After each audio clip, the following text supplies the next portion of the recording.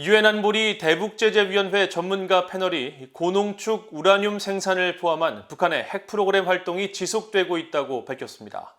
또 정제유 수입과 석탄 수출 등 북한의 제재 회피 활동이 계속되는 가운데 북한이 가상화폐 해킹으로 3억 1,640만 달러를 탈취했다고 지적했습니다. 첫 소식 오택성 기자가 보도합니다. 유엔 안보리 대북제재위원회 전문가 패널은 31일 공개한 보고서를 통해 북한의 지속적인 핵 활동과 제재 회피 내용들을 밝혔습니다. 전문가 패널은 먼저 북한의 핵 활동과 관련해 고농축 우라늄 생산과 경수로 건설 등이 이에 포함된다며 전문가 패널이 영변 핵단지 우라늄 농축 공장에서 나오는 수증기 기둥을 목격했고 지난해 10월과 11월 경수로 내부 공사와 관련한 전기 시험 활동이 있었다고 한 회원국에 보고했다고 설명했습니다. 전문가 패널은 그러면서 현재 1년에 생산 가능한 플루토늄의 양은 7kg으로 지금까지 북한은 총 60kg의 플루토늄을 보유한 것으로 평가한 회원국 보고를 덧붙였습니다.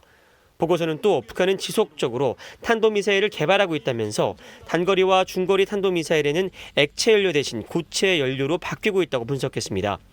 이에 더해 지난해 7월부터 북한 신포조선소에서 관측되는 지속적인 활동은 잠수함 발사 탄도미사일 SLBN과 연관이 있을 수 있다고 평가했습니다. 북한의 불법 정제유 수입 문제는 이번 보고서에도 포함됐습니다. 북한으로 정제유 제품을 운송하는 선박의 모습은 지난해 1월부터 9월 동안 최소 121회 포착됐으며 북한으로 들어간 선박의 유조 탱크에 정제유가 90% 차 있을 경우 이는 유엔 안보리가 정한 한도인 50만 배럴의 8배가 넘는 400만 배럴 이상으로 추산된다는 분석입니다.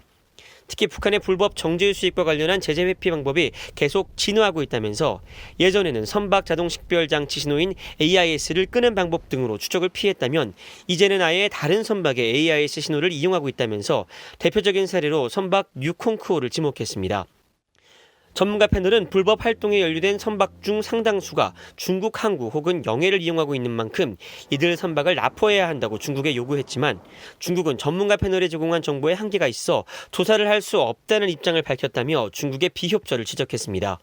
전문가 패널은 또 금수 품목인 북한의 석탄 수출이 지난해 계속 이루어졌다고 지적하면서 지난해 1월부터 9월까지 확인된 북한산 석탄 운송 선박 활동 건수만 최소 400회에 달해 약 250만 톤의 석탄이 수출됐다고 명시했습니다.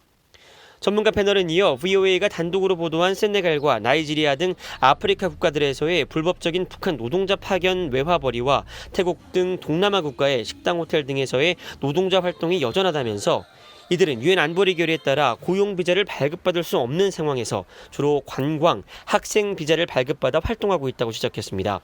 또 가상화폐가 북한이 최근 주력하는 분야라고 지적하면서 지난 2019년부터 2020년 11월까지 가상화폐 해킹을 통해 약 3억 1,640만 달러를 절취했다는 보고 내용을 포함시켰습니다. 전문가 패널은 또 북한이 군사물품 금수 조치를 어기고 캄보디아와 나이지리아, 러시아, 소말리아 등과 거래를 이어가고 있으며 코로나 팬데믹 여파로 국경을 봉쇄했음에도 공식 통계에 잡히지 않는 기계류와 전자기기류 등의 수출입은 계속 이어졌다고 지적했습니다. VOA 뉴스 오택성입니다.